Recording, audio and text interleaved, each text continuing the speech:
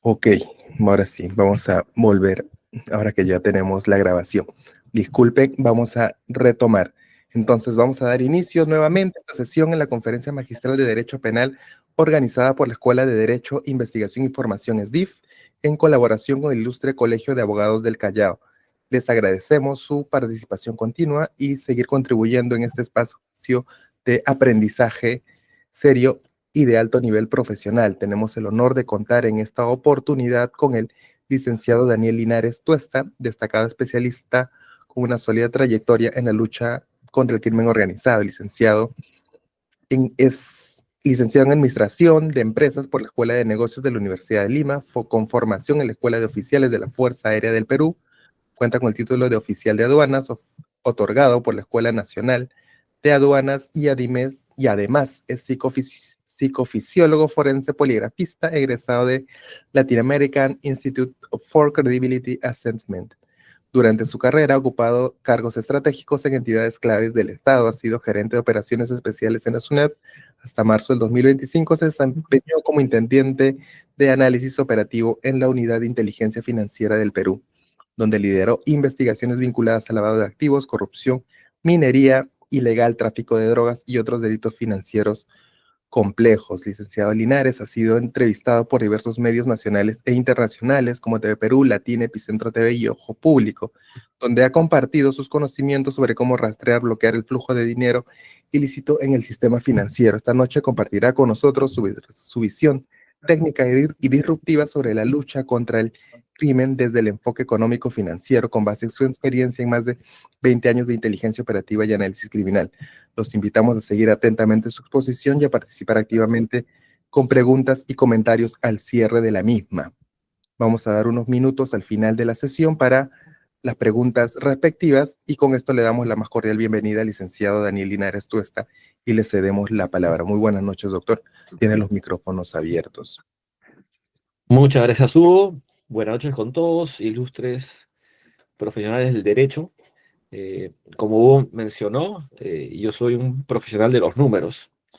Soy administrador de empresas y me he dedicado hace más de 20 años a las finanzas y específicamente a la investigación financiera.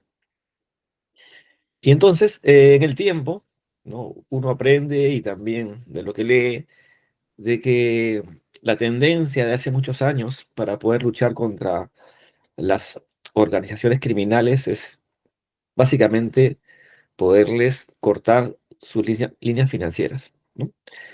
Esta idea viene de hace muchos años y surgió de organismos supranacionales, organismos internacionales, como el GAFI, el Grupo de Acción Financiera, a través del cual establecen una serie de estándares, recomendaciones, para poder llegar a esta máxima de poder cortarles las líneas financieras a los criminales. Y estas recomendaciones básicamente representan o estipulan, por ejemplo, de que todos los países deben tipificar el delito de lavado de activos. Eso yo creo que ya en todos los países está. Que todos los países deben tener una unidad de inteligencia financiera, ya en todos los países está. Que deben de designar sujetos obligados o entidades que deben enviar información a la unidad de inteligencia financiera. En el Perú ya está y en muchos países, vamos a hablar de ello. Y formar en general un sistema nacional de lucha contra el lavado de activos. Yo he trabajado por muchos años en la UIF, hasta marzo. En marzo me desvinculé de la UIF después de 20 años y ahora tengo una consultora que básicamente se dedica a dar consultorías y ayudar a diferentes agencias nacionales y extranjeras en investigaciones financieras. Muy bien, entonces vamos a hablar primero sobre lo que es el Sistema Nacional de Lucha contra el Lavado de Activos y el Financiamiento del Terrorismo, que es lo que tenemos a la vista, ¿no? Pero vamos a comenzar esta parte con un video. Eh, Apreciaría, Hugo, por favor, que pudieras pasar el video número 1.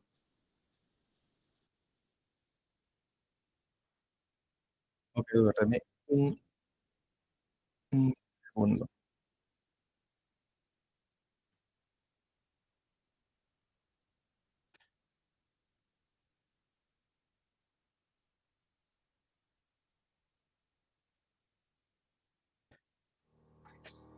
Que el Perú sea un país seguro, próspero y honesto es el anhelo de todos los peruanos.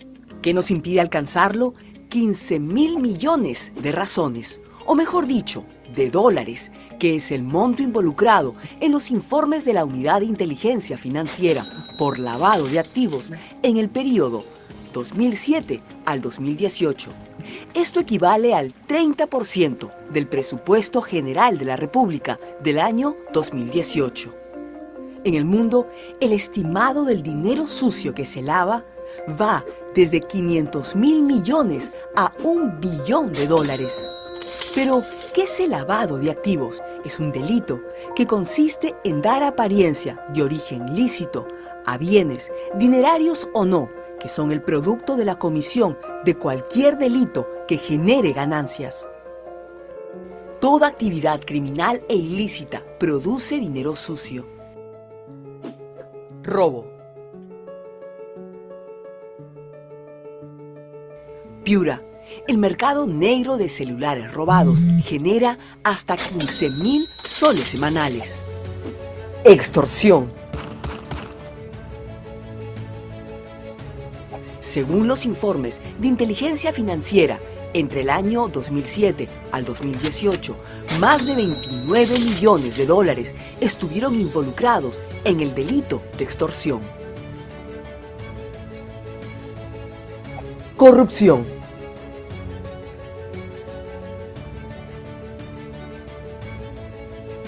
Según los informes de inteligencia financiera, entre el año 2007 al 2018, más de 1.465 millones de dólares estuvieron involucrados en el delito de corrupción. Narcotráfico.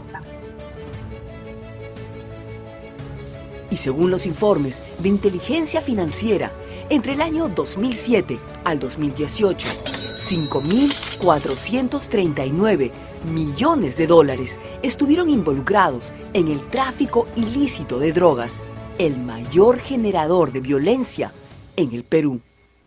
¿A dónde va todo este dinero sucio? Cada día se idean múltiples formas para lavar este dinero ilícito o manchado y hacerlo legal, como por ejemplo compras de propiedades en efectivo, gastos en lujos, traslado e inversión a través de testaferros, fraccionamiento de dinero en múltiples operaciones financieras, préstamos a tasas ínfimas, pero cobrado con violencia. Y lo más grave, este dinero podría financiar actividades terroristas, como muchas veces lo ha hecho el narcotráfico, financiando a organizaciones terroristas como Sendero Luminoso en Perú. Y quien los ayude es cómplice. Si dejamos que el dinero sucio, producto de actividades ilícitas, continúe ingresando a nuestra economía formal, nos alejaremos del Perú que anhelamos, libre de delincuencia e inseguridad. El Estado peruano está trabajando para hacer frente a estas actividades ilícitas a través de la implementación de la política y plan nacional contra lavado de activos y financiamiento del terrorismo. Pero es necesario que todos nos sumemos a esta tarea. Unámonos como una sola barrera que impida el disfrute del dinero sucio y el financiamiento del terrorismo. Estemos alertas y reportemos hechos sospechosos.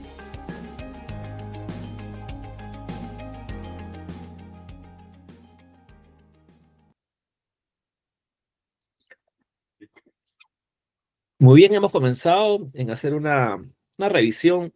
Si bien es cierto, las cifras son trabajadas de un reporte anterior, pero aquí lo que básicamente quisiera mostrar es que hay dinero sucio, mucho dinero sucio corriendo por nuestro país, en efectivo, incluso por el sistema financiero. Entonces, tenemos que estar atentos, me refiero a todos los que tenemos o estamos involucrados en este sistema, porque no solamente esto afecta a nuestra economía, afecta a las personas, como bien explicó el video, pero también está buscando a personas inocentes para involucrarlos en estos delitos.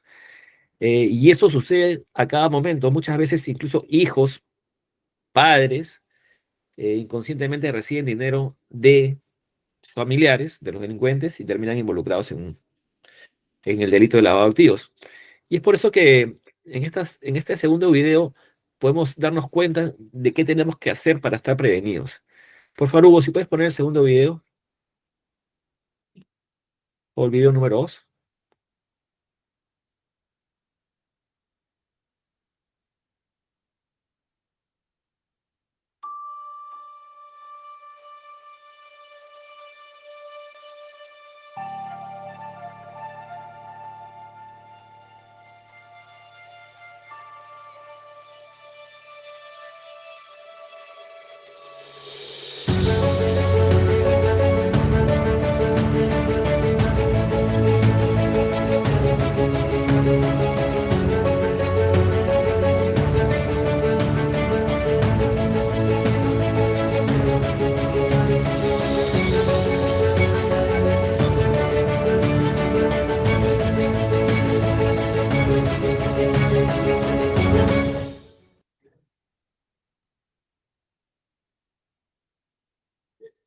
Gobierno del Perú. El Perú primero.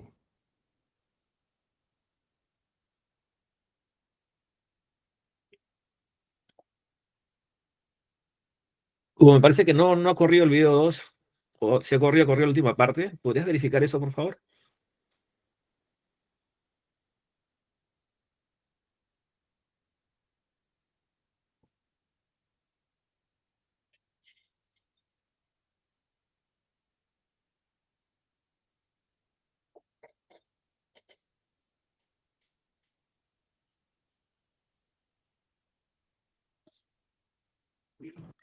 Perdón, el segundo video dura 1 minuto y lo vuelvo a pasar si no.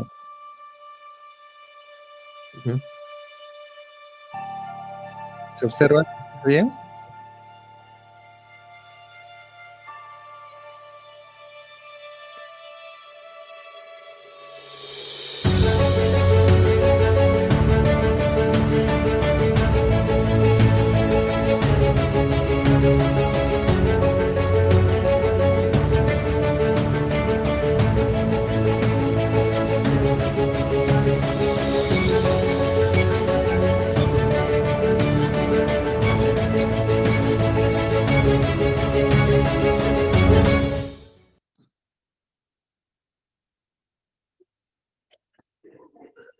Listo. Listo. Gracias, Hugo. Entonces, estas personas siempre buscan a terceras personas para poder colocar este dinero sucio. Entonces, ya en estos dos primeros videos hemos podido ver dos cosas. Una, de cómo se preparan los países. En el caso del Perú, ya hay una política de lucha contra el lavado de activos que establece una serie de actividades, objetivos generales, específicos y logros de aquí hasta el año 2028. Y entre estas políticas hay una que es muy importante, que ya se ha identificado, que es la falta de sincronización, la falta de concatenación entre las agencias que participan o son parte del Sistema Nacional de Lucha contra el Lavado de Activos y el financiamiento del terrorismo, que son los que están justamente en esta lámina. Hay un grupo de, de roles que está en la parte preventiva, en la parte de prevención, otro en la columna central, que es la parte de análisis, y una final, que es la parte de investigación, sanción y represión. Todos tienen una responsabilidad, esta es una cadena de valor, nace de la izquierda y termina a la derecha, y como ven hay una cantidad de actores que permiten justamente poder enriquecer un caso que nace, por ejemplo, desde la detección de un banco y que esto puede terminar finalmente en una sentencia condenatoria. Por ejemplo, y esto lo puedo comentar porque ya es de conocimiento público, el caso Toledo nace de un reporte del sistema financiero y después de 10 años, bueno, se obtuvo una sentencia condenatoria. Bueno, de hecho, pasó mucho tiempo, pero sin embargo, podemos decir que el sistema funcionó. No en el tiempo que quisiéramos, pero funcionó. Desde la primera alerta hasta una sentencia condenatoria que nada más y nada menos le afectó a al primer funcionario de la República. Bien, entonces me gustaría explicarles esta concatenación de actores con el video número 3. Por favor, Hugo.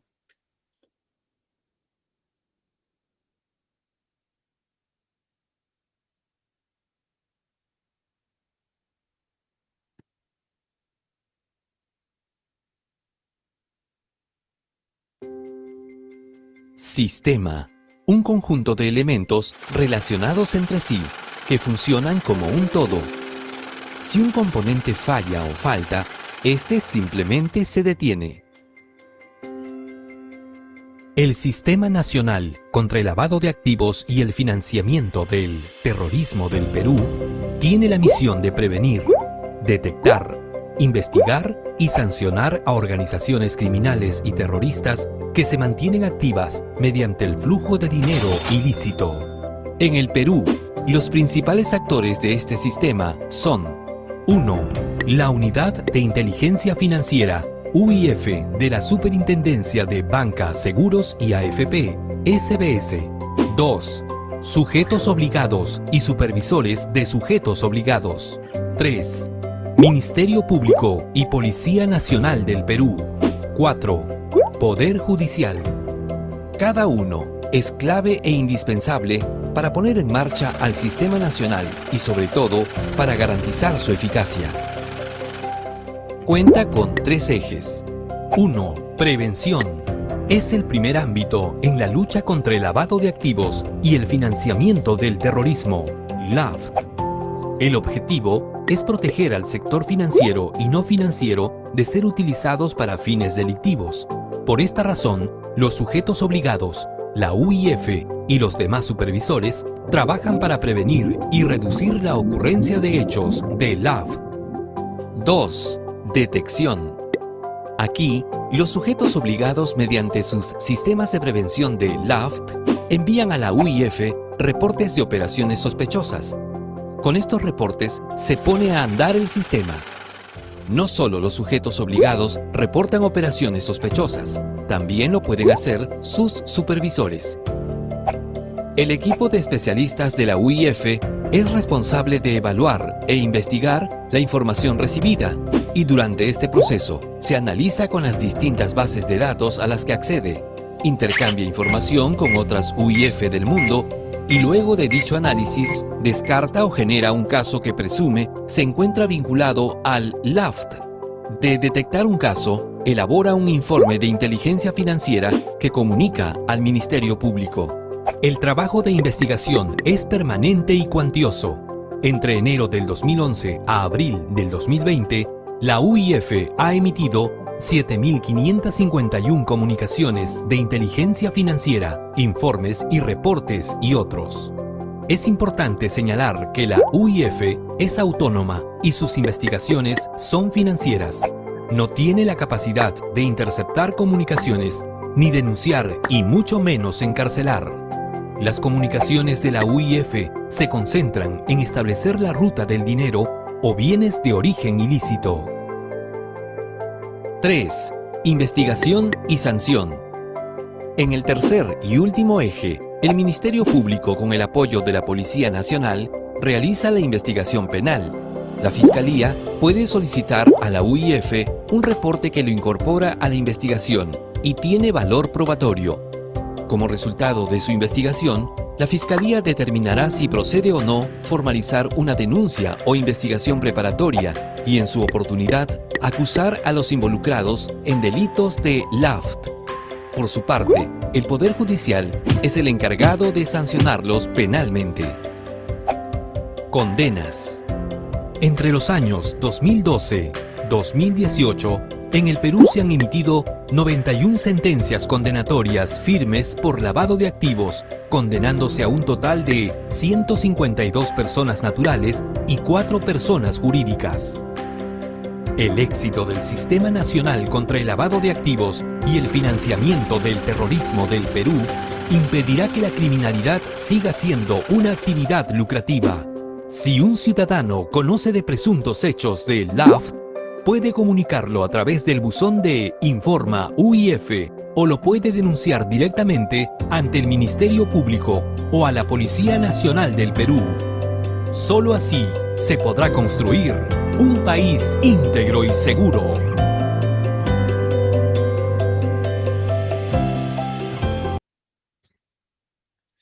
Muy bien, entonces ahí en el video hemos podido ver cómo se articulan estas agencias, estas instituciones, y aquí en la lámina podemos ver, además de cómo se vinculan, qué documentos, qué actividades hay entre cada una de ellas. Y vamos a comenzar justamente por la izquierda y por el grupo de sujetos obligados, que es donde se inicia esta cadena de valor. El primer input para una investigación lo da un sujeto obligado. Hay una relación de sujetos obligados, que vamos a verlas inmediatamente, que son personas naturales y jurídicas, públicas o privadas, que tienen la obligación de enviar información a la UIF. Las entidades que más información envían son los bancos, las notarías y las empresas de transferencia de fondos. En realidad, el mundo, el universo de sujetos obligados es amplio, y a la derecha tenemos un breve resumen de todos los sujetos obligados que deben enviar información a la UIF. Y comenzamos por los supervisados por la Superintendencia de Bancas, Seguros y AFPs, que básicamente son el sistema financiero, el sector seguros, las AFPs y los servicios complementarios y conexos fiduciarios, llámese las empresas de transporte de valores, las empresas de transferencia de fondos, son entidades supervisadas por la SBS. Además, estos supervisores, cuando se habla de supervisores, se habla de la entidad del Estado que se encarga de supervisar las actividades de estos sujetos obligados. La SBS se encarga justamente de la regulación y supervisión de estos sistemas, pero también se encarga de verificar de que estos sujetos obligados tengan un sistema de prevención que los proteja y proteja a sus plataformas de servicios de que el dinero ilícito ingrese a sus actividades. También tenemos a la Superintendencia de Mercado de Valores, y dentro de esta supervisión están las sociedades agentes de bolsa, los intermediarios de valores, los fondos mutuos y fondos de inversión, las sociedades titulizadoras, Cavalli, y las empresas administradoras de fondos colectivos, ¿no? Pandero, ese tipo de empresas. Luego sigue Mincetur, que supervisa los casinos, tragamonedas, agencias de viajes. Luego siguen el MTC, que supervisa los concesionarios postales, de servicio de courier o de correo. El MINE, a las mineras. Luego el Mininter, a través de la SUCAMEC, a los vendedores de armas y fabricantes de explosivos. Y ahora se ha incorporado un nuevo tipo de sujeto obligado que también tiene una articulación con, digamos, con la SUCAMEC. Son los transportes blindados. Por otro lado, en el Ministerio de la Mujer están las sociedades de lotería, que también son sujetos obligados. Más abajo, APSI, últimamente conocida porque es la supervisora de las ONGs. APSI también tiene la obligación de supervisar de que estas ONGs puedan utilizar, que el dinero que reciben las ONG no sea un dinero ilícito, ¿no? Tiene que verificar el correcto uso del dinero. SUNAT supervisa a la agencia de aduana, a los despachadores de importación y exportación, a las empresas que comercializan insumos químicos, tanto para la producción de drogas como de explosivos. Más abajo, el Ministerio de Vivienda a los agentes inmobiliarios, y después todo el universo de sujetos obligados que no tienen un supervisor natural o que no hay una ley que los designe como supervisor de determinado negocio. Todos los demás son supervisados por la SBS, pero a través de la Unidad de Inteligencia Financiera. Y aquí tenemos notarios, algún grupo de cooperativas, porque, como saben, hace algunos años las cooperativas también pasaron a ser parte de la supervisión de la SBS. Están las constructoras inmobiliarias, las casas de cambio, los vendedores de vehículos, los comercios de joyas, los materiales públicos, los comercios de antigüedades, y hace muy poco se han incorporado también las sociedades gestoras de fondos de inversión y los fideicomisos.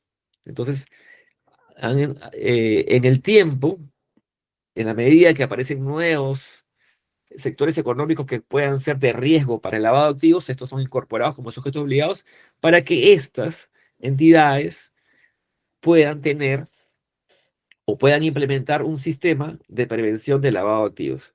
Y para entender cuál es la importancia del sistema de prevención del lavado de activos, que es justamente lo que va a activar de que estas entidades den el primer input en una investigación, vamos a mostrar este video. Hugo, por favor, el video 4.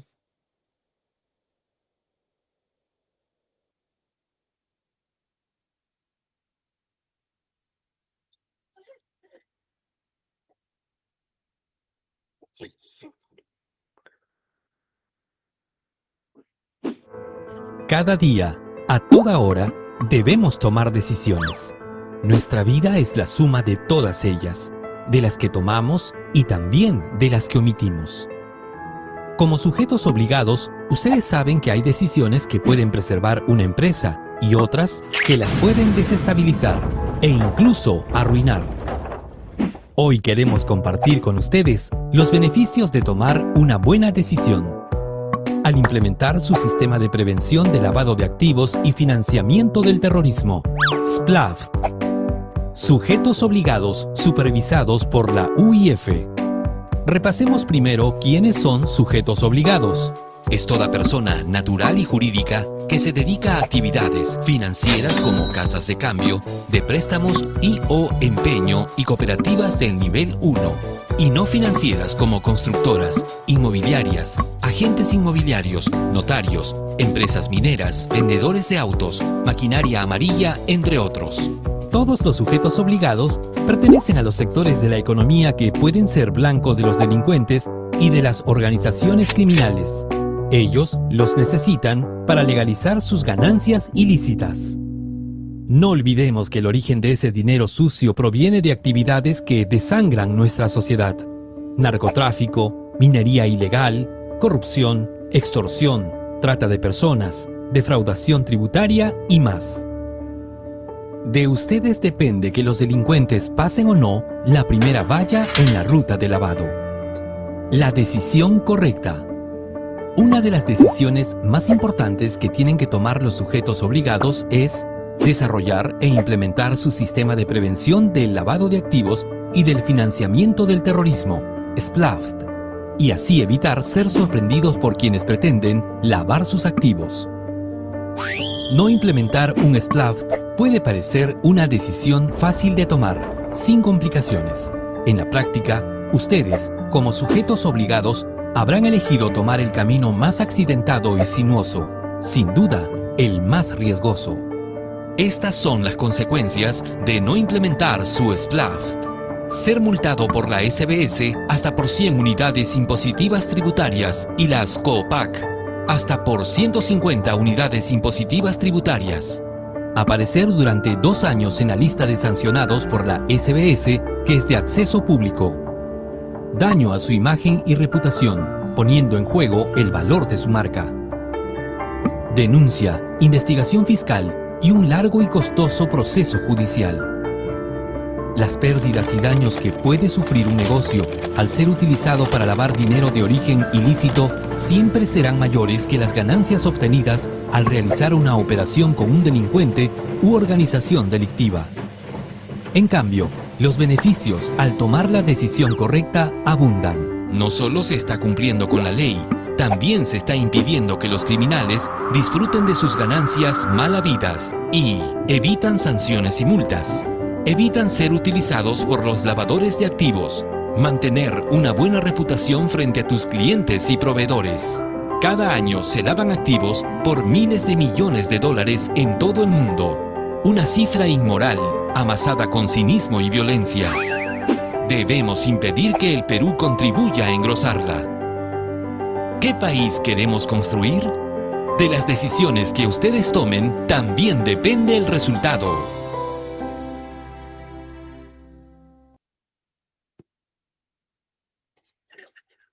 Bien, entonces, este video dirigido a los sujetos obligados para que vean la importancia de implementar un sistema de prevención, porque muchas veces pasa que el área comercial, el área que se encarga de vender, de colocar fondos, se pelea con el área de cumplimiento, porque pueden traer un cliente que en realidad piensa invertir mucho en la empresa, pero aparece el de cumplimiento y dice, no, ese cliente no me convence por tales motivos. Entonces, a veces el dueño o los propietarios de la empresa piensan eh, que tener un área de cumplimiento, un área de prevención de lavado de activos podría ser un mal negocio, pero sin embargo, la importancia está en que si es que no tienen un buen sistema de prevención, van a ser multados o incluso van a ser suspendidos o van a perder la licencia. Y por eso el sistema de prevención es importante en todo este equipo de sujetos obligados. Este, tener un sistema de prevención implica, primero, desarrollar un manual que diga el paso a paso de qué hacer cuando se detecte un cliente que es sospechoso. Obviamente, para poder catalogar a un cliente como sospechoso, se tiene que catalogar al mismo cliente y también a las operaciones que realiza. Entonces, este manual debería decir cuándo una operación es inusual, cuáles son las señales de alerta y qué hacer hasta finalmente decidir comunicar a la UIF o enviar un reporte de operación sospechosa. Es conocido como ROS. Es el documento que va desde los sujetos obligados hacia la UIF. La UIF se alimenta principalmente de dos tipos de documentos. Los ROS, en donde el sujeto obligado hace conocer a la UIF de que determinada persona o que determinada empresa ha realizado operaciones en su entidad que no tienen ninguna explicación económica, comercial, contable, financiera, y que por lo contrario podría estar vinculada a una actividad no legal. Ese es un reporte de operación sospechosa. La UIF ha llegado a acumular en el tiempo miles de reportes de operaciones sospechosas. Y es una gran base de datos que le permite a la UIF hacer casos propios, pero también le permite otorgar una fuente de consulta permanente a los fiscales para que ellos puedan verificar si sus investigados en algún momento han sido materia de un reporte de operación sospechosa. La segunda gran base de datos que tiene la UIF es el RO, que es el documento que corre junto con el ROS. Y el RO es un registro de operaciones. ¿Qué cosa es el registro de operaciones? Vamos a verlo. Pero en general, en el Perú, la UIF estableció que toda operación que se realice en los sujetos obligados tiene que ser necesariamente registrada. Y ese registro debe considerar algunos datos fundamentales. Y para eso les voy a hacer un ejemplo. Si alguno tiene la oportunidad de ir a alguna entidad financiera y al hacer una operación, el banco le ha dicho, señor, por favor, llene este formulario. Ese formulario que ustedes llenan es el registro de operaciones.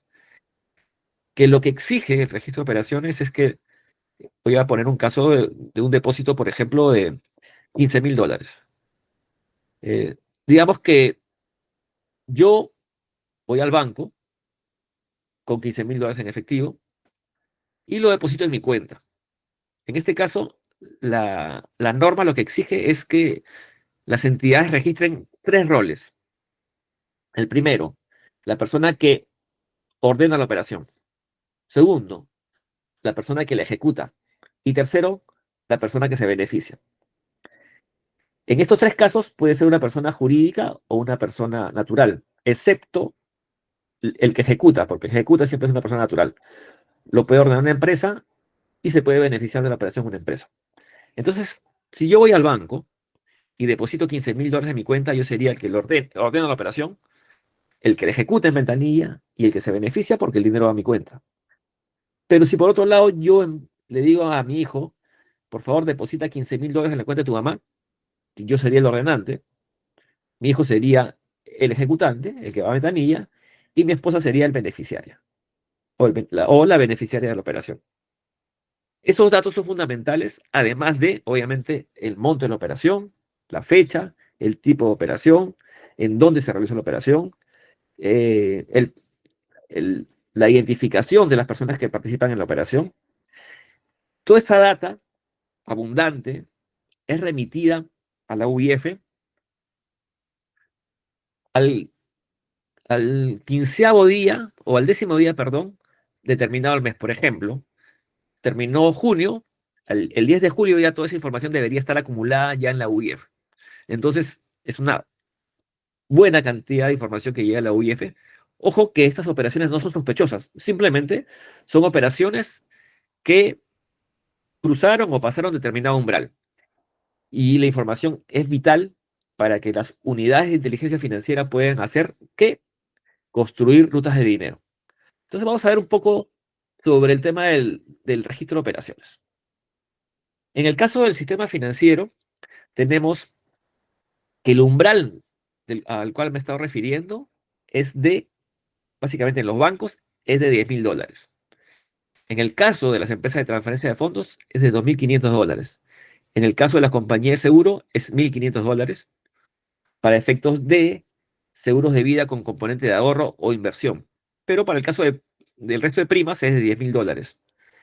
Y para el caso, por ejemplo, de las empresas que dan créditos pignoraticios, ¿no? Que dejan una joya y a cambio reciben un préstamo, es de $2.500. Como le decía, la información que se debe capturar o que debe capturar ese tipo de empresas son el nombre o los datos del ordenante, del ejecutante, del beneficiario, fecha, monto y tipo de operación. Además hay muchas más, pero estas son las relevantes. Para el caso de las cooperativas, el monto es de $5.000. Y para el caso de las casas de cambio, también es $5.000, ¿no? También ellos tienen la obligación de capturar esa información y remitirla a la UIF. En el caso de notarios, tenemos algunos montos que puedan variar. En general es de $2.500 para cualquier tipo de arrendamiento, usufructo, cesión de uso de derecho, de superficie, también para la transferencia u otro acto de disposición de bien, mueble o inmueble. Y para efecto de la constitución de empresas, se tienen que registrar todas las operaciones. ¿Por qué? Porque una de las modalidades que más se ha detectado o tipologías para lavar dinero es la constitución de empresa de fachada. Eh, entonces, este dato es importante también para ese extremo. Vamos a regresar a nuestra lámina principal. Entonces, ahí hemos verificado qué es lo que hacen los sujetos obligados.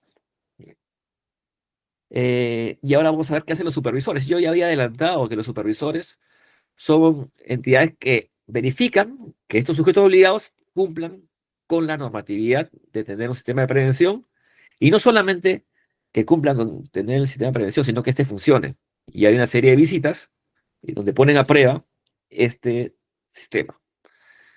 Y eso no solamente lo hacen los supervisores o ese esquema de supervisar. Nuestro país, permítame aquí un paréntesis, también tiene una supervisión cada 8 años a través del cual vienen una serie de supervisores, de evaluadores, de Gafi, específicamente del brazo regional en Latinoamérica que se llama Gafilat, y verifican que el Perú cumpla con todas las recomendaciones a las cuales había hecho referencia al inicio, en las 40 recomendaciones necesarias para que un país tenga estándares suficientes para luchar contra el lavado de activos. Este tipo de evaluación en el tiempo inicialmente venía solamente a hacer un check. Ellos venían con su lista de 40 recomendaciones y decían, a ver, este país tiene una UIF, sí tiene, check. ¿Tiene tipificado el delito de lavado de activos? Sí, check. ¿Tiene tipificado el delito de financiamiento de terrorismo? Sí, check. Entonces, toda la lista. Ahora ya no es así. Ahora lo que busca el evaluador es ver que todas esas recomendaciones y toda esa articulación funcione. ¿Y cómo se verifica que funcione? Con sentencias de lavado de activos. En el video hemos visto algunas sentencias al año 2020, pero ya a esta época hay varias sentencias, pero yo me quedo con las más importantes, que es la sentencia al expresidente Toledo y la sentencia al expresidente Humala por lavado de activos. Yo creo que pocos países tienen sentencia de lavado de activos a sus presidentes. Y aquí se ha construido y se ha podido verificar que desde el inicio, desde el ROS hasta la sentencia condenatoria, hubo participación de todos estos actores. Esto es buenísimo para la siguiente evaluación que va a ser en el año 2028, si no me equivoco, porque esas dos sentencias van a ser vitales para poder demostrar la eficiencia del sistema. Si hay malas noticias, como por ejemplo la modificación de la ley de extinción de dominio, han hecho algunas modificaciones que sin duda daña este sistema de lucha contra las organizaciones criminales, porque era una excelente herramienta que tenían nuestras autoridades para poder luchar contra las finanzas criminales. Muy bien. Entonces la UIF también se alimenta de información de los organismos supervisores, pero no solamente de los supervisores, sino también de otras entidades del Estado. Y número algunas, RENIEC, para ver la identidad de las personas, y también RENIEC tiene un servicio que permite armar una especie de árbol genealógico de una persona, porque ustedes saben que una de las tipologías también es el testaferrato, y gran parte de los casos de testaferrato apuntan a familiares cercanos de los delincuentes. La esposa, los hijos, la suegra, la madre.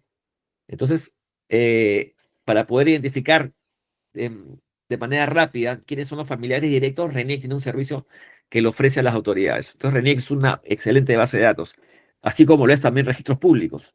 La SUNARP permite ver el patrimonio de todas las personas y de todas las empresas registradas.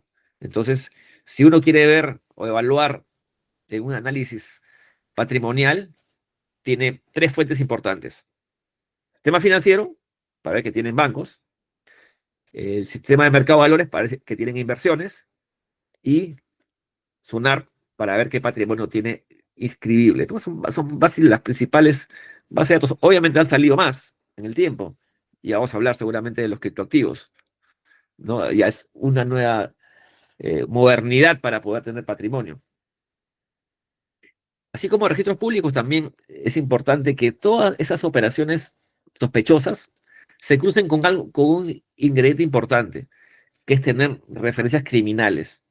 Si la persona o el familiar de la persona que tiene una operación sospechosa está vinculado a un delito, llámese, en el video hemos visto varios, ¿no? Pero en el Perú principalmente, desde la última evaluación nacional de riesgos que hizo la UIF, los delitos que más lesionan a nuestro país y representan mayor amenaza, una amenaza alta, de alto riesgo, son minería ilegal y corrupción. Más abajo, como de riesgo alto, viene los delitos contra el patrimonio, el narcotráfico y la defraudación tributaria. Entonces, digamos, esos son los delitos que constituyen la mayor amenaza al país, pero ese estudio se ha hecho hace 4 años. Obviamente, están haciendo la actualización de las nuevas amenazas y como ustedes pueden ver, la extorsión es una que se pone en primera fila. Veamos cuál es el resultado de esta evaluación, pero yo pienso que tanto la extorsión como la trata van a subir seguramente a categorías de alto riesgo o de muy alto riesgo.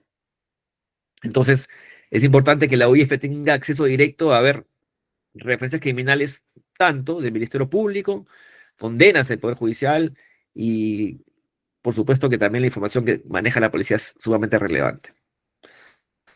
Pero no solamente las UIF se limitan a ver información nacional. Ya por ser parte, la UIF del Perú es parte de un grupo de sujetos obligados en un organismo que se denomina Grupo Egmont. Ya por el simple hecho de ser parte de ese grupo, ya puede acceder a información de todos los países a través de un canal que les permite intercambiar información con aquellos países con los que, digamos, se puede tener o se puede interactuar por un determinado caso. Vamos a hacer ya vemos que los delitos son transnacionales, ¿no? Tenemos el caso muy fuerte, el Tren de Aragua. Si hubiera un caso vinculado a ciudadanos venezolanos, sin dudas lo natural es que se pida información a la UIF de Venezuela. Y así, si hay una transferencia con Andorra, por ejemplo, haciendo referencia a los casos de Lava Jato, la comunicación era inmediata con la UIF de Andorra. Si hay un ciudadano brasileño que puede ser parte de las organizaciones criminales brasileñas, como el Comando Capital o el Comando Vermelo, se puede pedir información a la UIF de México. Entonces, esta información con otros países es fundamental, pero no solamente con UIFs. También la UIF tiene convenios con agencias extranjeras análogas, que podría ser el FBI, la DEA, el HSI de los Estados Unidos y otras agencias de otros países, porque hay convenios bilaterales que también permiten hacer intercambio de información. Obviamente cuando haya un vínculo con el otro país. El factor o la variable principal para que el otro país responda a un requerimiento de información es que tú, como entidad requiriente, le demuestres cuál es el vínculo entre tu país y el otro país. O sea, puede ser nacionalidad, puede ser que el dinero va para allá, o que la persona investigada tiene muchos viajes a ese país. Bien. Entonces, regresando nuevamente a nuestro gráfico, hemos revisado el rol de los sujetos obligados, hemos revisado el rol de supervisores y otras entidades del Estado, el rol de las agencias extranjeras, pero también, o sea, ya tenemos tres flujos de información importantes, pero hay un cuarto flujo que tiene que ver con los ciudadanos. La UIF abrió una casilla ciudadana a través de la cual recibe información. Y esta información también permite, porque el ciudadano a veces pasa de que determinada persona ha sido parte de una organización y se encuentra, entre comillas, dolida porque ha pasado algo que entonces quiere denunciar. Y hay un canal totalmente anónimo por donde recibimos información. Y vamos a hablar de ese canal a través de el video número 5. Si nos ayudas, Hugo, por favor, con el número 5.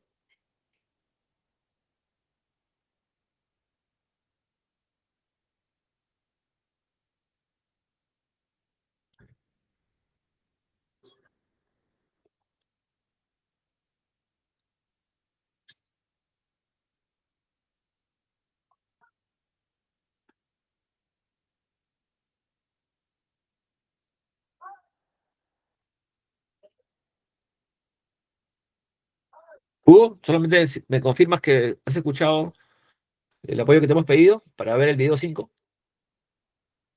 Ok, doctor. Deme un segundo. Por supuesto.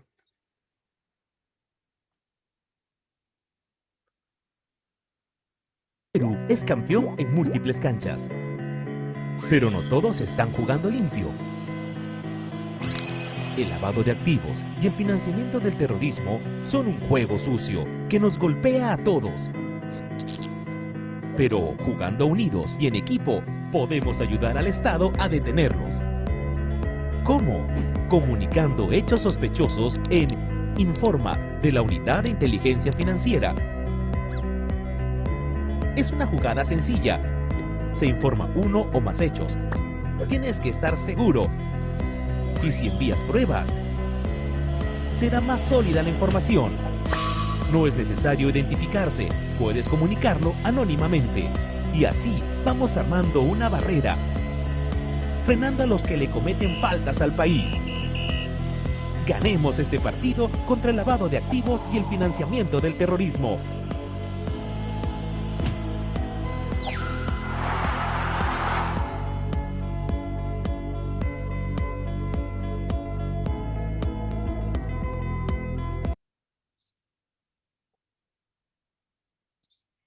Muchas gracias, Hugo. Bueno, en realidad ese sería el último canal que necesita la UIF para poder tener información relevante y poder armar y construir casos que merecen ser enviados al Ministerio Público. Obviamente, este canal tiene varias barreras para evitar, digamos, algunos algoritmos para evitar denuncias fraudulentas, denuncias falsas, que justamente eh, el beneficio o el privilegio o la parte fundamental de este sistema es que el algoritmo permite ingresar información a gente que realmente sabe qué cosa hay, ¿no? Porque hemos visto, y esto es la experiencia de otras agencias nacionales que reciben también denuncias anónimas, muchas veces, pueden ser denuncias, por ejemplo, porque uno perdió una licitación y denuncia al que ganó, que podrían ser denuncias falsas. Aquí lo que pretendemos con todo el algoritmo de recepción de información, que para pasar de un paso a otro se tiene que mostrar conocimiento de los activos de, de la persona o de la empresa que está denunciando. Muchas veces ha pasado en casos de vecinos que denuncian a su vecino que de pronto tuvo un incremento vertiginoso eh, de patrimonio, y eso le llamó la atención. Y eso yo creo que es una denuncia que se puede revisar, menos, eh, por lo menos entra a la base de datos de la UIF. Muy bien, entonces, para terminar esta parte de prevención, más arriba, eh, ven correr por ahí una circulina, porque muchas veces pasa, y ahora con frecuencia, que por ejemplo los casos de extorsión. Habíamos hablado del registro de operaciones, ¿no? Que hay en los bancos, y habla que el registro es de $10.000. Eh, entonces, los bancos saben, nos conocen a todos nosotros, a todos sus clientes, ¿no? Digamos que cuando nos conocen, yo quiero decir de que ellos tienen algoritmos, de que conocen el comportamiento financiero usual de sus clientes, ¿no? En el caso, bueno, en mi caso ya dejé de trabajar en marzo, pero los 35 años que trabajé, tenía un comportamiento que recibía mi sueldo el día X, y el día X más uno para mis tarjetas, especialmente la tarjeta de mi esposa. Y ese es mi comportamiento mensual. Entonces, si por ahí me llegaba $50.000 de otro país, eso iba a generar una alerta automática. El algoritmo iba a decir, esta operación sale del esquema de este cliente. Y esa es una alerta automática que le llega al equipo del sistema de prevención de lavado de activos y verifica, y si estos 50.000, ¿por qué? ¿Qué pasó? De pronto, sí tienen, y así pasa, le preguntan al cliente, señor, usted ha recibido $50.000, pero queremos saber el origen de los fondos. Ah, bueno, sí, vendí un departamento, ¿no? Del cual era dueño yo, la tercera parte, porque es una sucesión intestada, y me tocó $50.000. Somos tres hermanos, y se vendió 150.000 y me tocó 50.000. Y efectivamente uno verifica registros públicos, sí, ok, perfecto, es un falso positivo, todo sigue igual. Pero sí pueden haber operaciones que sí no hay una explicación de parte del cliente, o que no responde, o que si responde, responde con incoherencias. Y entonces el sujeto obligado, a través de su oficial de cumplimiento, que es el que lidera los sistemas de prevención, procede a enviar el documento que explica ese momento, que es el ROS, ¿no?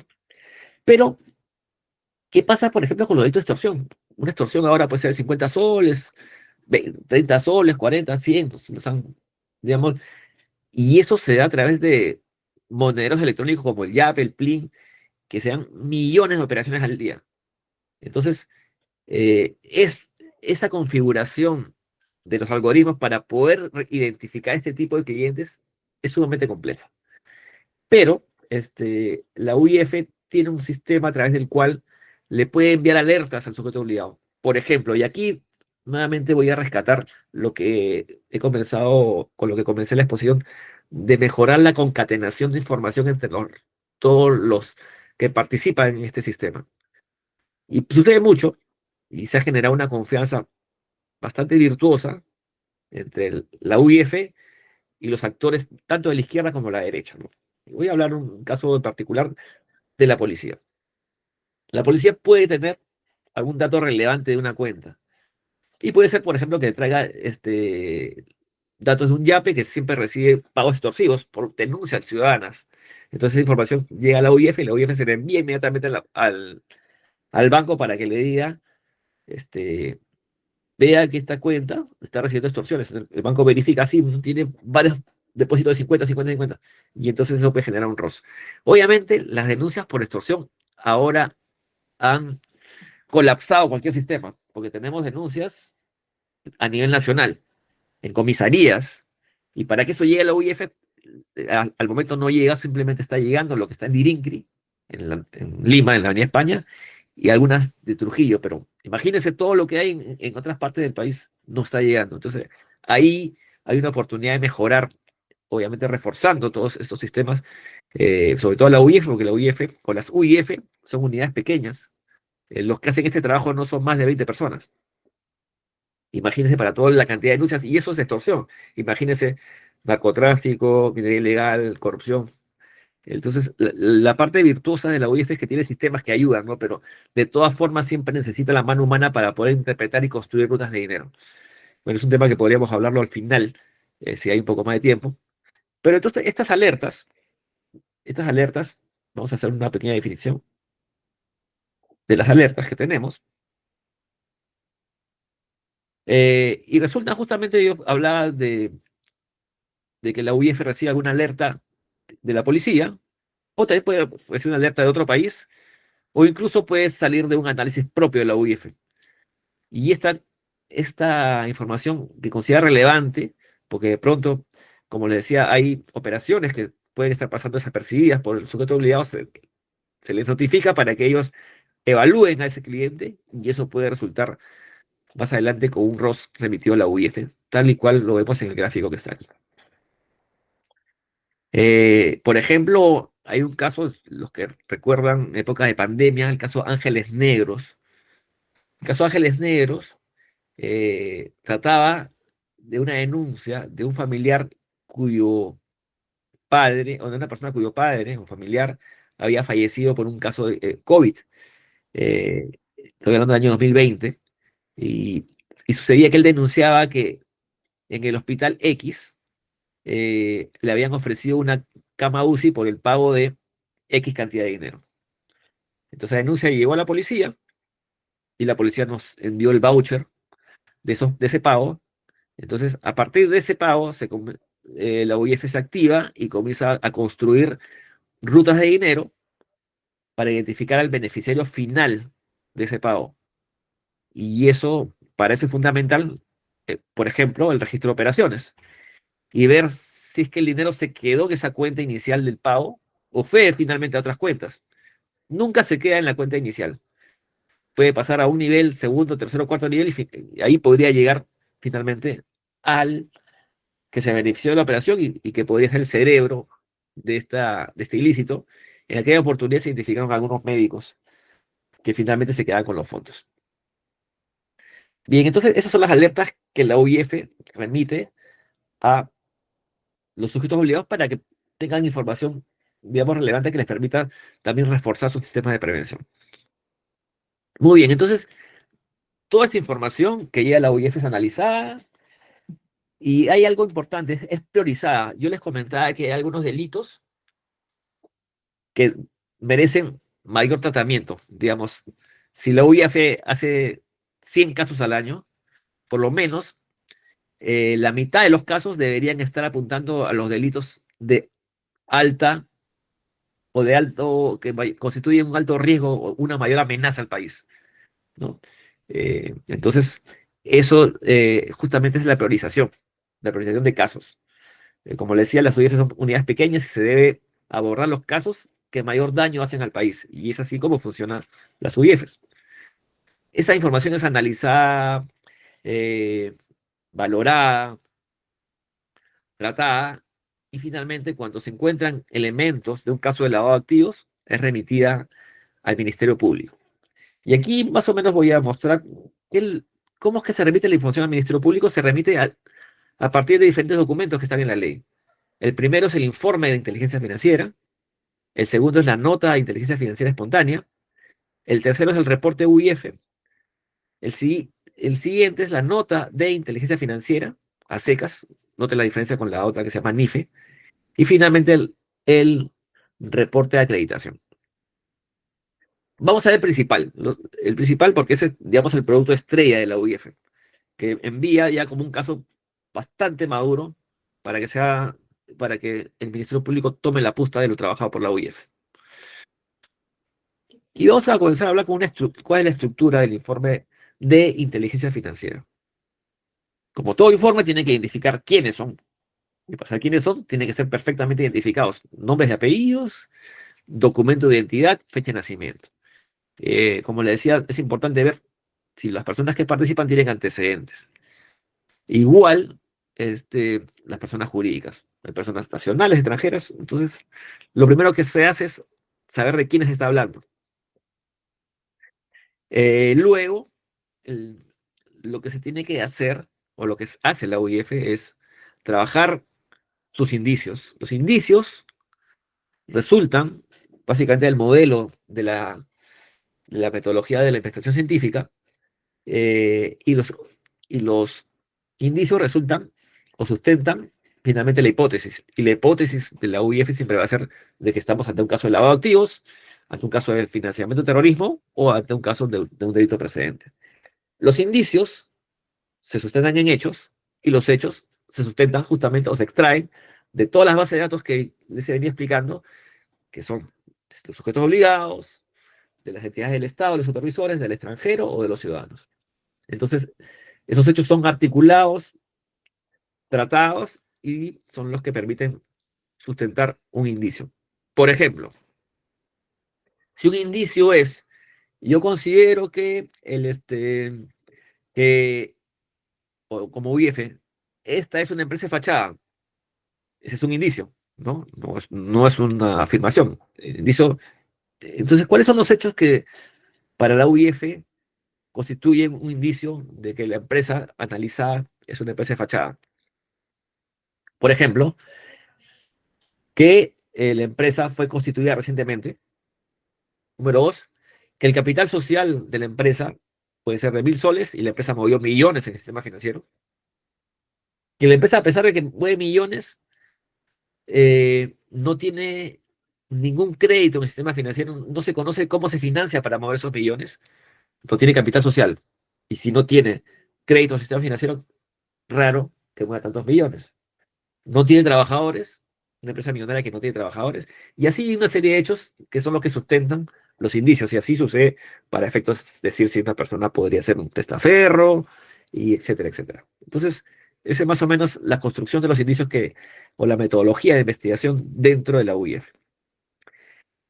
Algo interesante también es justamente ver los vínculos entre las personas, ¿no? Si yo pongo estas personas que están identificadas, pero ¿cuál es el vínculo entre ellas, ¿no? En que puede ser una le transfiere dinero a otra persona, son socios, ¿no? Son familiares, entonces esos vínculos son importantes considerarlos en una matriz, pero también de manera gráfica, lo vamos a ver más adelante. Y algo fundamental, en esa construcción del informe se identifican activos, y esos activos también son consignados para que, en este caso, el Ministerio Público pueda tomar una medida sobre los activos que se han identificado, que pueden ser cuentas bancarias, que pueden ser inversiones, que pueden ser inmuebles, pueden ser muebles como vehículos, caja de seguridad y ahora, por supuesto, criptoactivos. Les hablaba yo de vínculos, pero la UIF dentro de su informe elabora una estructura, un diagrama de vínculos en donde podría poner en realidad las personas que más mueven dinero, quienes reciben, entonces una suerte de radiogramas que la policía maneja también muy bien. Y aquí lo fundamental eh, del trabajo que hace la UIF, que es la construcción de las rutas de dinero. Y la construcción de la ruta del dinero se puede construir de manera en retrospectiva o en perspectiva. Este análisis que está en pantalla lo vamos a hacer de manera retrospectiva.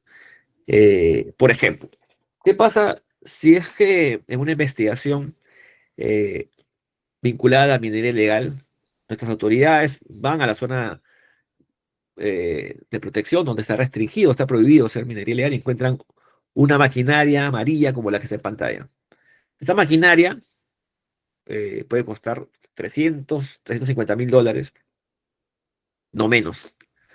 Entonces, la ruta del dinero nos permite dos cosas. Uno, ver quién financia una operación ilícita y dos, ver quién se beneficia de una de dinero ilícito. En este caso vamos a ver quién financia la operación ilícita y para esto nuevamente recurrimos a las bases de datos que hemos mencionado. Por ejemplo, que esta maquinaria fue vendida a la empresa GEIRL, ¿no? Entonces, ¿cómo se vendió? se va a los registros de operaciones de los notarios. Aquí está el contrato y cómo se pagó. ¿Cómo se pagó? Se pagó con un depósito en la cuenta que está en el banco 3 o del lado derecho, realizado por la persona X. Pero ese dinero, ¿de dónde sale? Se retrocede un paso más, en coordinación con el banco, dice, ese dinero que es un depósito proviene de un cheque girado por la misma empresa G, EIRL, que cobró su representante social o su representante legal. Pero ¿cómo se compró ese cheque? Ese cheque se compró con una transferencia que hizo la empresa D, justamente por un monto similar un día antes. Ok, entonces hemos llegado hasta identificar la empresa D y su cuenta. ¿Y esos 930.000 soles de dónde salen? Ok, eso un día antes fueron depósitos realizados por las empresas o transferencias realizadas por las empresas A, B y C. Y estas A, B y C previamente habían recibido fondos de la persona A, B, C y D que ustedes ven en la parte izquierda de la pantalla. Entonces, esto es la lógica de la investigación de rutas de dinero. Como le decía, esta construcción hacia atrás nos permite identificar quién financia un ilícito, en este caso la minería ilegal. Ahora vamos a ver de una investigación, pero hacia adelante. Les comentaba yo el caso de Los Ángeles Negros y las camas UCI que las vendían en determinado hospital, lamentablemente. Aquí hemos querido mostrar esta construcción de una ruta de dinero con lo que seguramente se deben acordar una clase básica de física en el colegio de los vasos comunicantes. Así funciona nuestro sistema financiero nacional. Eh, yo considero que el sistema financiero ahora se encuentra en la capacidad de poder identificar cualquier dinero que entró en alguna parte del sistema financiero y salió por otro banco. Si entró en un banco A y salió en un banco B, se puede identificar. Porque, digamos, tenemos un sistema de prevención en el sistema financiero maduro, eh, digamos, de todos los sistemas económicos, el más maduro, sin duda, es el sistema financiero. Entonces, cualquier fondo, cualquier cheque, cualquier transferencia que ingresa, se puede identificar dónde terminó.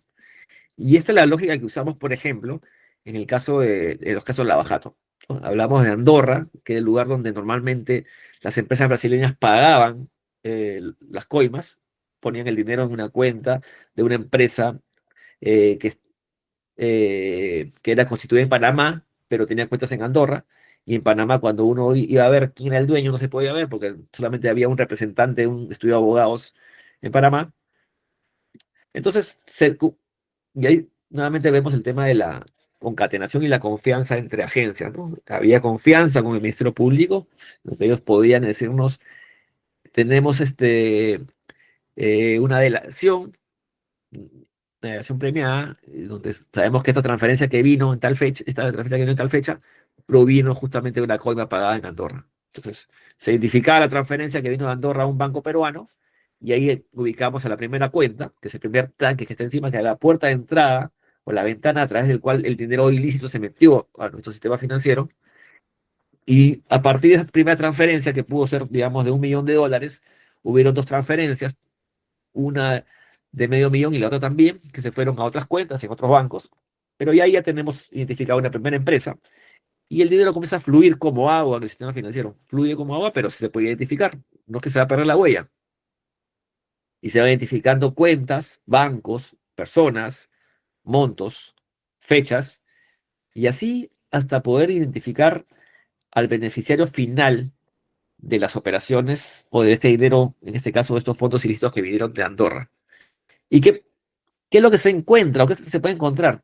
Por la izquierda se puede encontrar aportes a partidos políticos, se puede encontrar incluso otras transferencias a otros países. O sea, si esta transferencia a otro país se identifica, lo que toca es preguntarle al otro país, oye, ¿qué fue esa transferencia que salió de mi país a tu país? Eso tuvo un origen ilícito, mira a quién le llegó finalmente allá y que ellos hagan lo propio, lo que estoy explicando acá, ellos lo pueden hacer en su país. Ese dinero puede terminar también en el pago de capital social para nuevas empresas. Y aquí, en el cuarto, encontramos el cash es un punto que me gustaría verlo al final, pero también sí me gustaría comentar que si el dinero sale en cash, eso sin duda es un problema. Porque si bien es cierto, yo decía que nuestro sistema financiero es un sistema maduro, que se puede seguir el dinero, pero una vez que sale en cash, no se puede seguir. Y el riesgo está en que la mayoría de delitos que tenemos usan el cash en su mayoría. Y eso le genera a las autoridades problemas para poder seguir el dinero. Y por eso que seguramente los juicios se demoran tanto, porque no se puede llegar a conocer al beneficiario final de los fondos si es que éste ha utilizado el cash en la ruta del dinero. En la quinta posición, compra de inmuebles, pueden comprar vehículos también, certificados bancarios, otro tipo de documentos de valor. Y ahora, y ya con mucha frecuencia, la compra de criptoactivos. Entonces, el informe de inteligencia financiera reúne todos estos datos, como les decía, nombres, montos, cuentas bancarias, fechas, placas de vehículos, partida electrónica de las propiedades, etcétera, etcétera, y lo condensa en el informe de inteligencia financiera y es enviado al Ministerio Público. Y con el Ministerio Público se pueden condenar cosas extraordinarias, como por ejemplo, congelar todos estos fondos identificados y que no se muevan hasta que el Ministerio Público ya pueda cambiar esta medida administrativa, esta facultad administrativa que tiene la UIF de congelar fondos o congelar activos, y pueda cambiar esta medida administrativa por una medida ya de orden penal. Muy bien. Y con esto regresamos nuevamente a nuestra matriz inicial. Y bueno, yo les he explicado hasta este momento cuáles son los documentos que emite la UIF. Dentro de la explicación de los documentos que emite la UIF, yo he tocado el tema del congelamiento. Del congelamiento, perdón, el congelamiento de fondos. Me gustaría hablar sobre esa facultad que tiene la UIF. Yo les había dicho que es una medida administrativa de carácter preventiva cuya finalidad es evitar transferencias, uso, conversión, disposición o movimientos de fondos o activos vinculados al delito de lavado de activos y financiamiento del terrorismo. Algo importante es que la UIF solamente puede congelar fondos si está vinculado al delito de lavado de activos y financiamiento del terrorismo. Recientemente hubo una modificación en donde la UIF también puede congelar fondos si es que están vinculados al delito de extorsión. Fue la última modificación, que fue de fines del año pasado. Entonces, la UIF puede congelar de mutuo propio o a pedido del Ministerio Público. Entonces, llegan las solicitudes del Ministerio Público, la UIF evalúa, verifica que cumpla con los requisitos legales y puede proceder a congelar los fondos. ¿Cuáles son los requisitos fundamentales que revisa la UIF cuando recibe un requerimiento del Ministerio Público o cuando tiene un caso propio? Primero verifica que exista un caso de lavado de activos, puede ser un caso propio de la UIF donde ha identificado una serie de hechos y que le da la certeza de que estamos ante un caso de lavado de activos, o que el Ministerio Público tiene una carpeta aperturada por el delito de lavado de activos o de financiamiento del terrorismo. El segundo, que es la urgencia de las circunstancias o pedir la demora, ¿no? Digamos que el caso que se ha identificado, se está viendo que los fondos llegan a esa cuenta y se mandan a Venezuela, por ejemplo. Entonces, si es que no se congela, el dinero sigue yendo a Venezuela. Entonces, hay urgencia por congelar los fondos. Y finalmente, la necesidad de su adopción por la dimensión y naturaleza de la investigación. Es más un tema más de complejidad, y digamos que normalmente estos casos, cuando uno congela fondos, son casos complejos. El congelamiento,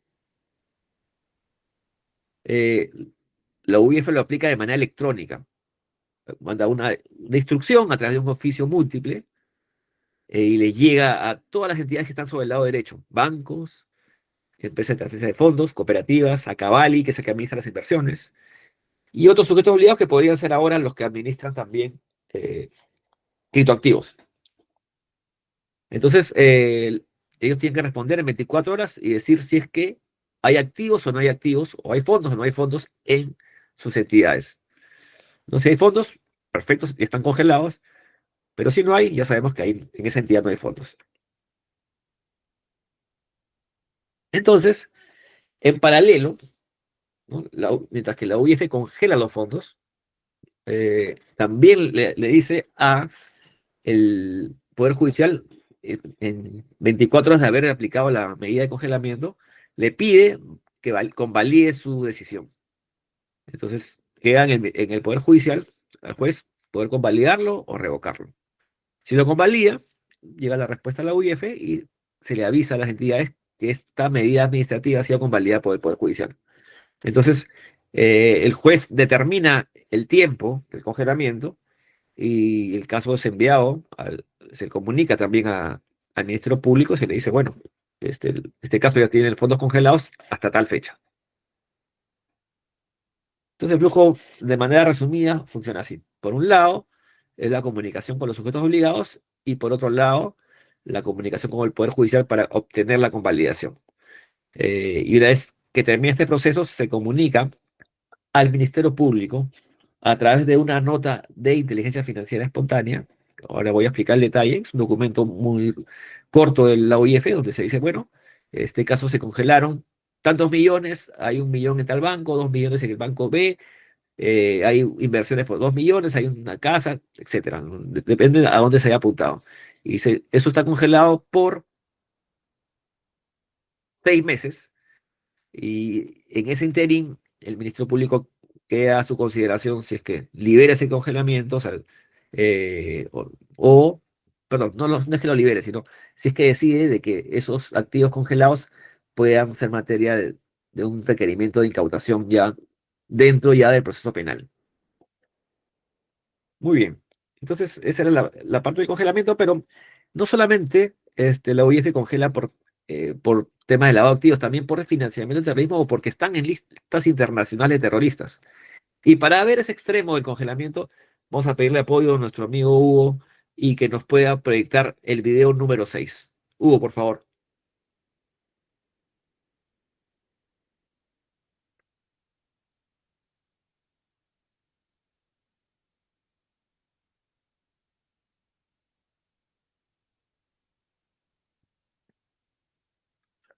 Hugo, si me confirmas que me estás escuchando.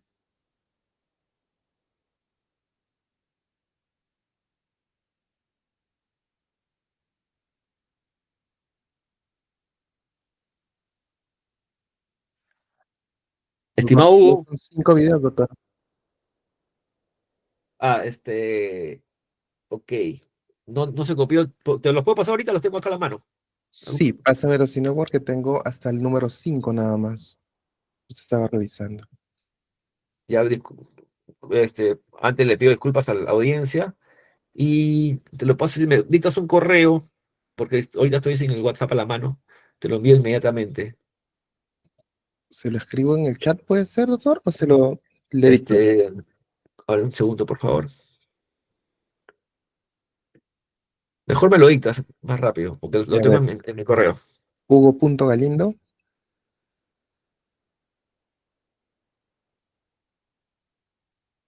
¿Ya? arroba pucp, Pontificia Universidad Católica del Perú, ujú, .edu.p. .pe nada más. Ah, ok. Punto Arroba .pe. puc.pe. Ujú. Entonces yo aquí abro ese Ya, correo solo para... para contratos. ¿No? Google, ¿no?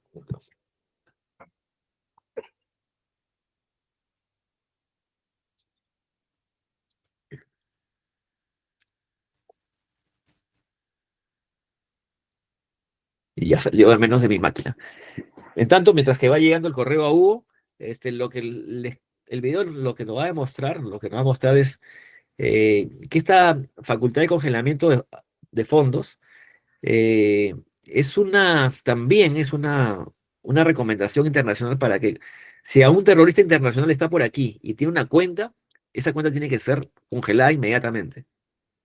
Y eso sobre la base de las listas que publica el Consejo de Seguridad de las Naciones Unidas. Esta lista se actualiza permanentemente. Tú nos comentas, Hugo, si ya estás listo, cuando gustes. Que deme un segundo.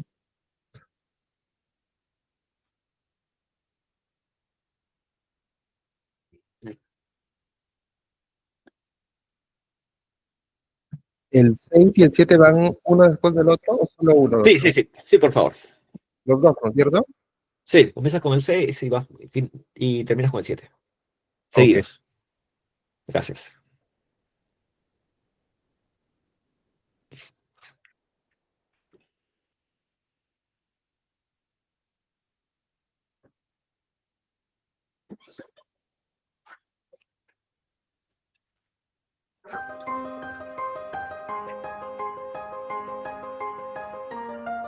No importa en qué rincón del mundo nos encontremos, el terrorismo y su voracidad para destruir y matar son una amenaza permanente. Ese año, el Consejo de Seguridad de las Naciones Unidas publicó la primera resolución contra el terrorismo internacional. Luego, emitieron otras resoluciones más dirigidas a prevenir el financiamiento del terrorismo y de la proliferación de armas de destrucción masiva. El terrorismo se extiende sin respetar fronteras. Un atentado en Europa es planificado en el Medio Oriente y financiado con dinero proveniente de América del Sur. No tiene límites. El Consejo de Seguridad tiene la misión de mantener la paz y la seguridad internacional. Ellos cumplen con reforzar permanentemente su estrategia, algo que exige mayor cooperación y compromiso de los Estados miembros de las Naciones Unidas. Todos los países miembros, el Perú entre ellos, están obligados a cumplir las resoluciones e implementar un marco legal y procedimientos que sin recurrir a las armas ni poniendo vidas en riesgo, ganen esta guerra. Se apunta al flanco más importante, su financiamiento, a través de sanciones financieras dirigidas como el congelamiento de activos, y así se interrumpen y cortan sus fuentes de ingreso. La Unidad de Inteligencia Financiera de la SBS, dentro de sus funciones, tiene la facultad de operar el congelamiento sin demora de los fondos u otros activos de personas o entidades que figuren en la lista del Consejo de Seguridad de las Naciones Unidas. Esta medida no genera pérdida de propiedad, pero sí impide la disposición de dichos bienes. Más de 1000 nombres figuran en la lista del Consejo de Seguridad de las Naciones Unidas. La integran personas y entidades vinculadas a organizaciones terroristas y a la proliferación de armas de destrucción masiva. Si alguno de ellos realizara alguna operación en nuestro país, los sujetos obligados del sistema de prevención dan la voz de alerta, informando a la Unidad de Inteligencia Financiera para que procedan con el congelamiento sin demora de los activos. Al paralizar su flujo de dinero, se corta la línea de vida que mantiene activas y letales a estas organizaciones. Una organización quebrada es una organización terrorista, desarticulada, desarmada. Derrotando al terrorismo, se salvan vidas.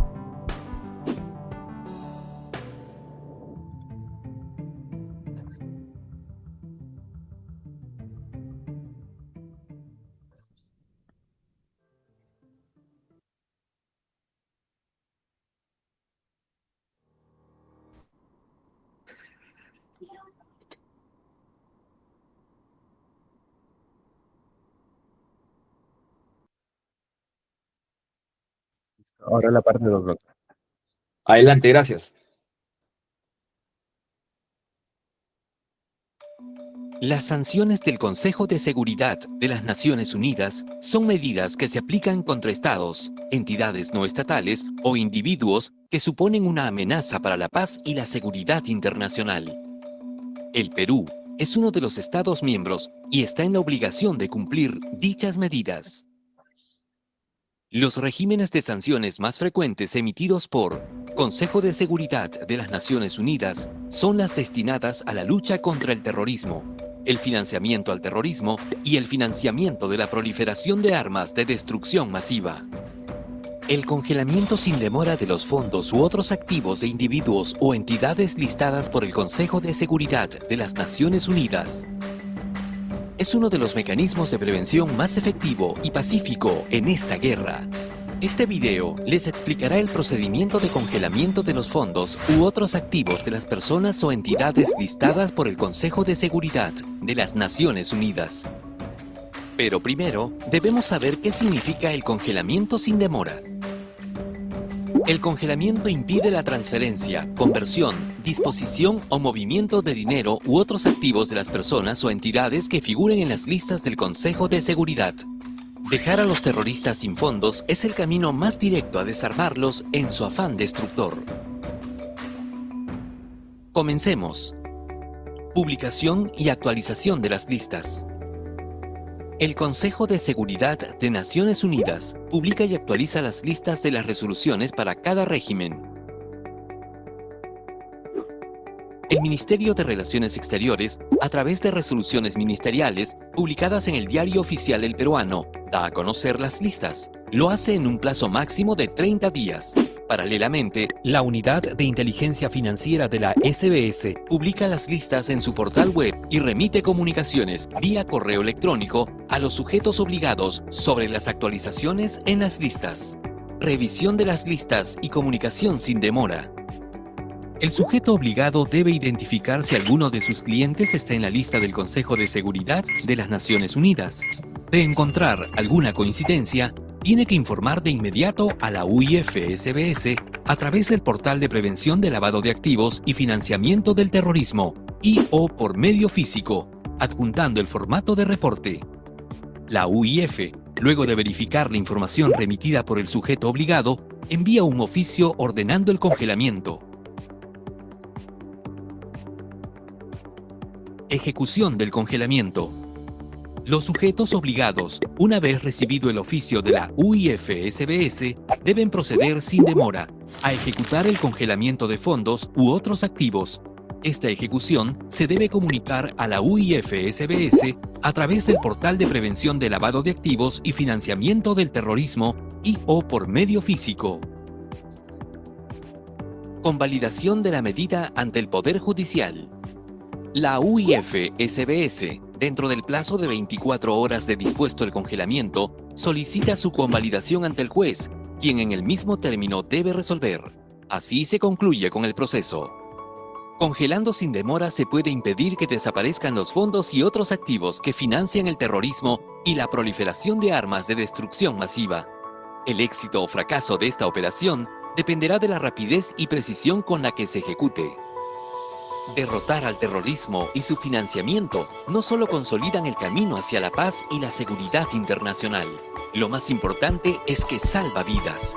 Cada Estado, cada entidad y persona tienen un papel esencial que cumplir en la lucha contra el lavado de activos, el financiamiento del terrorismo y el financiamiento de la proliferación de armas de destrucción masiva.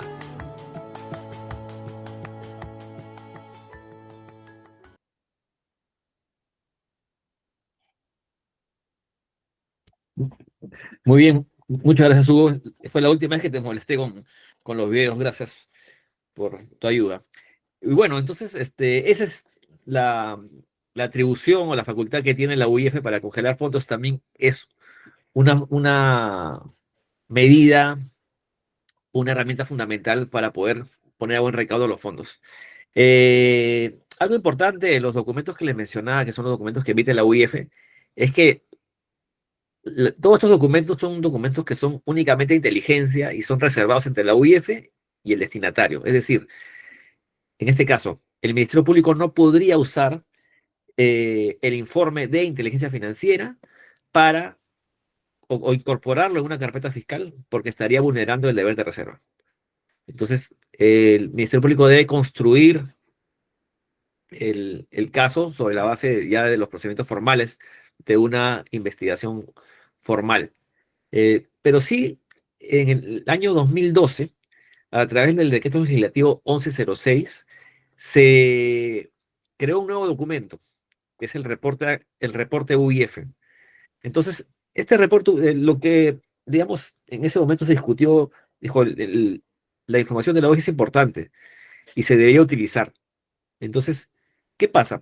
Yo les había comentado que en este informe de inteligencia financiera se incluye información de otros países, porque podemos intercambiar información con otras UIFs. Entonces, es una regla internacional entre UIFs que la información de UIF no puede ser incorporada en ningún documento formal. En el Perú es una de las excepciones en el mundo, pero sin embargo, la UIF no puede vulnerar la otra disposición internacional, ¿no? Porque un país te dice, mira, por la persona que tú me has preguntado, acá tiene $1 millón en una cuenta. Entonces, la UIF solamente puede poner esa información en el informe de inteligencia financiera, más no, pero esa información no la puede autorizar para que el Ministerio Público la use. Entonces, ¿y cómo hacemos con el resto de información que sí es propia de la UIF? Entonces, para eso se creó el reporte UIF. Entonces, ¿cuál es la diferencia entre el reporte UIF y el informe de inteligencia financiera? Son casi iguales.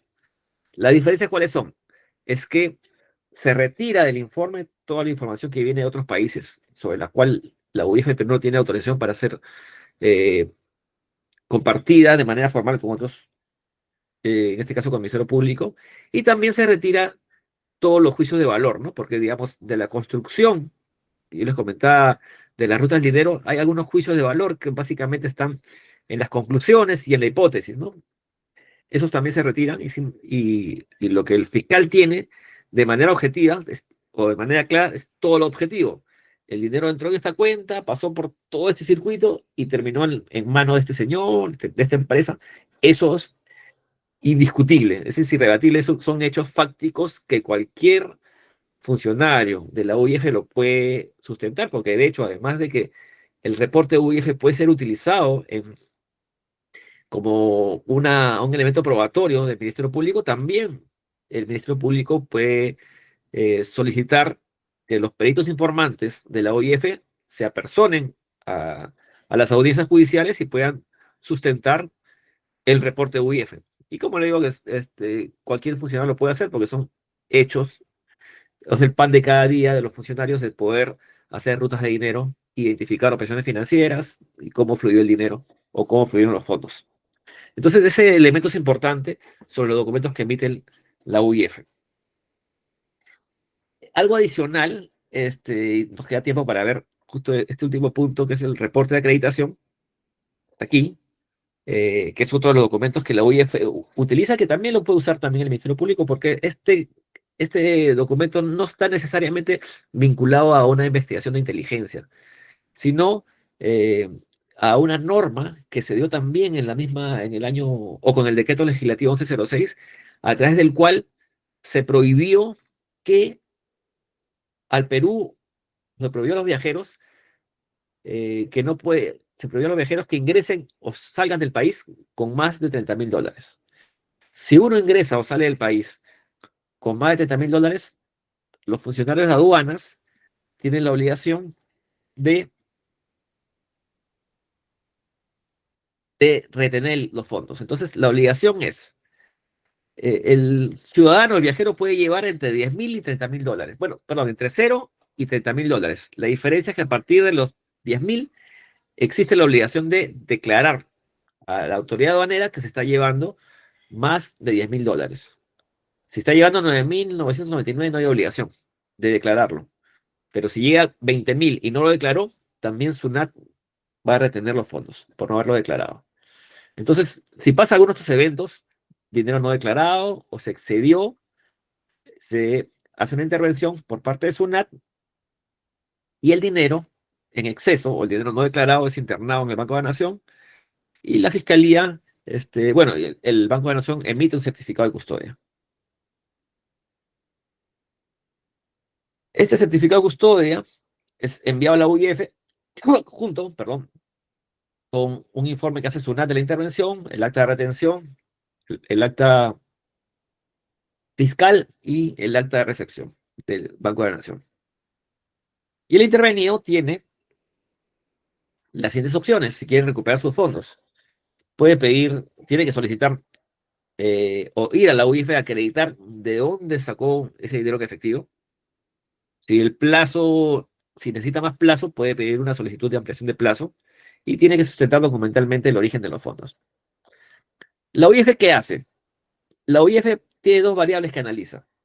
Primero, ver la actividad económica del sujeto intervenido, a ver a qué se dedica, ¿no? Y ver el origen inmediato de los fondos. Y ver el origen inmediato de los fondos no es nada más y nada menos que ruta de dinero. O sea, ese dinero que llegó al aeropuerto, o bueno, si vino por tierra o por el medio de transporte que cruzó la frontera, ¿de dónde vino? ¿Vino del banco, vino de, etcétera? Entonces, se construye una ruta del dinero sobre la información que presenta el viajero. La UIF se pronuncia a través del documento que se denomina reporte de acreditación. Si acredita, simplemente eh, se le dice al Ministerio Público que el ciudadano acreditó los fondos. Ha pasado, por ejemplo, que una vez vino una delegación de Venezuela de deportistas y el financista vino con todo el dinero en efectivo en el bolsillo. Era como, no recuerdo bien, si $40.000. Entonces se le retuvo, pero evidentemente el dinero sí tenía un origen, entonces ese dinero se devolvió, ¿no? Eh, entonces, si no acredita, pero si como decía, si acredita, se devuelve, después de un proceso en coordinación con el Ministerio Público se devuelve, pero si no acredita, se abre una investigación, porque la norma dice que la no acreditación de los fondos es un indicio del delito de lavado de activos y por tanto se le debe enviar esa información al Ministerio Público, ¿no? Ya cuando acredita se devuelve y ese dinero va a Pronavi, que es parte del gráfico inicial,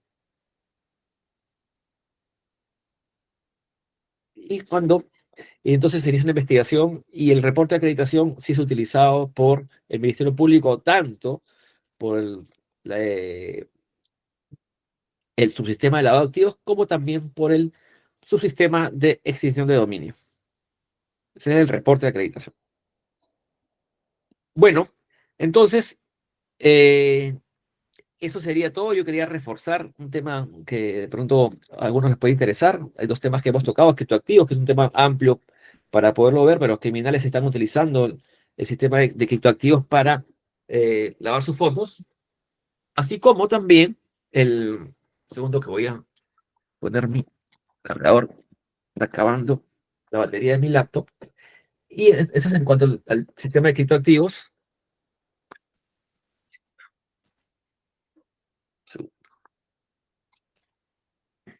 Pero también hay algo importante. Uno, cuando yo le digo la experiencia de haber estado tanto tiempo en temas de investigación, hay algo que siempre me llamó la atención.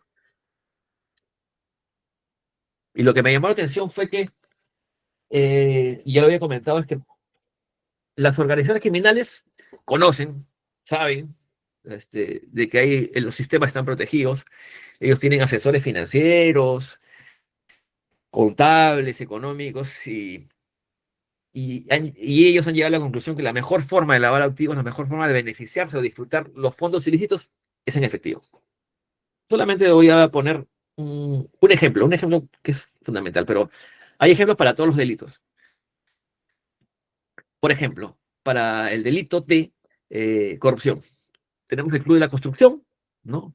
Eh, Varias investigaciones se han dado de la siguiente forma. Bueno, no voy a explicar cómo funcionaba el Club de la Construcción, sino cómo se pagaban las coimas. La empresa, la corruptora, le decía, digamos, un funcionario que tomaba la decisión, les giraba un cheque a nombre, digamos, del chofer, del conserje, por $1.000.000, por ejemplo. Y le decía, anda, cóbrate este cheque al banco. Incluso el banco puede estar en el mismo edificio de la empresa. El conserje bajaba, cobraba el cheque y subía con el $1.000.000 en efectivo a la empresa. Para el banco podría pasar desapercibida la operación porque es una empresa que mueve mucho dinero, es una constructora gigante y que puede ser pues para pago de planilla, lo que sea, un pago en obra, se necesita efectivo para pagar en obra. Entonces, venía este conserje, ¿no? Chofer, lo que sea, dejaba el millón al funcionario y luego desfilaban a la empresa los funcionarios públicos. Y ahí le entregaban su $500.000 en loncheras, en tubos de plano, en sobres, en lo que sea, cash. Y se pagan las coimas. ¿No? Quienes vio hace poquito a un exfuncionario de Provías Nacionales que le encontraron $500.000 en su casa. Venía el Club de la Construcción. $500.000, no le ingresan a ningún banco, lo guardan en su casa. Ese es un ejemplo de cómo usa el cash en el delito de corrupción. Otro ejemplo más, Minería ilegal. Estoy hablando de los delitos que más afectan a nuestra... Pero para todos los delitos hay ejemplos. Minería ilegal. Todo el dinero que viene de la India o de Emiratos Árabes y llega a las cuentas de las empresas que exportan oro, que normalmente son EIRL, que las forman y hay empresas de fachada, viene el dinero a la cuenta por una transferencia del pago de esta exportación, y lo que sigue es retiro de dinero en efectivo. Entonces, cuando las autoridades quieren seguir el dinero, no puede porque se retira en efectivo. Entonces, yo le decía, uno saca la cabeza de tantos los casos y levanta y dice, pero nos estamos peleando con el dinero en efectivo. ¿Por qué no hacemos una cosa? ¿Por qué no eliminamos o restringimos el dinero en efectivo? Y digamos que el dinero en efectivo se va a eliminar de todas maneras en el futuro, porque tanto el desarrollo financiero como el desarrollo de sistemas hacen de que el efectivo ya no va a existir. De hecho, varios países ya en Europa que tienen muy poco efectivo. Pero yo creo que acá se debe estimular con una ley no usar el efectivo, restringirlo al máximo. Entonces regresamos a los dos ejemplos que les he dado. Vemos el ejemplo de el corruptor y el corrupto. La misma figura. Entonces, el corrupto va a ir a cobrar, ¿no? Pero el corruptor le dice, ya, te voy a pagar tu medio millón, pero como acá en el Perú no hay cash, me tienes que dar una cuenta para hacer tu transferencia. ¿El corrupto le dará una cuenta? Puede ser que sí. Lo más avesado es, no, mi cuenta no, a la cuenta de mi suegra.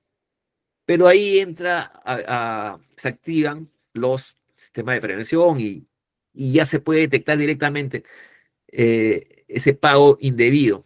Porque ahora los pagos en cash tienen que ver si la plata sacó del banco, si el señor el corrupto fue a la empresa, si llevó una lonchera, si hay cámara.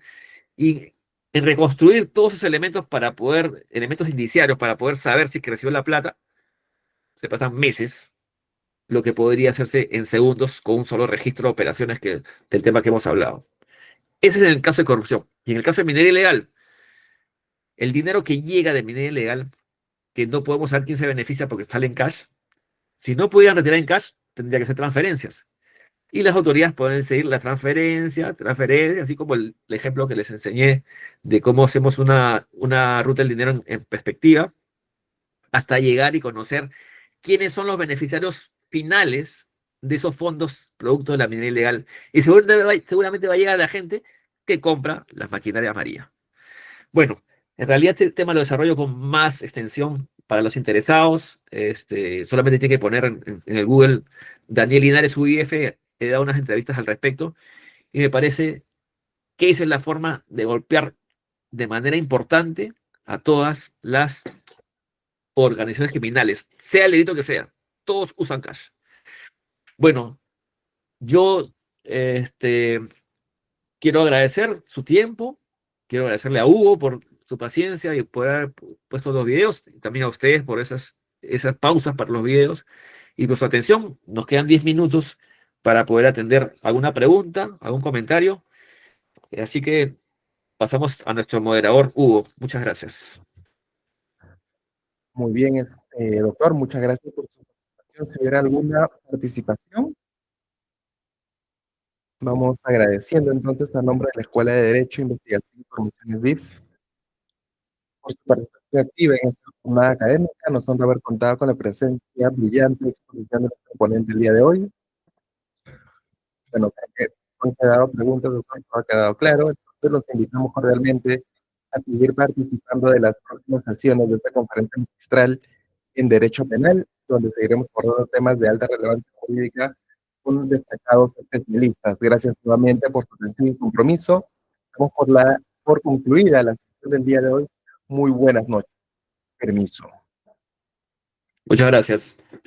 Que tengan un buen fin de semana y felices fiestas. Igualmente, doctor.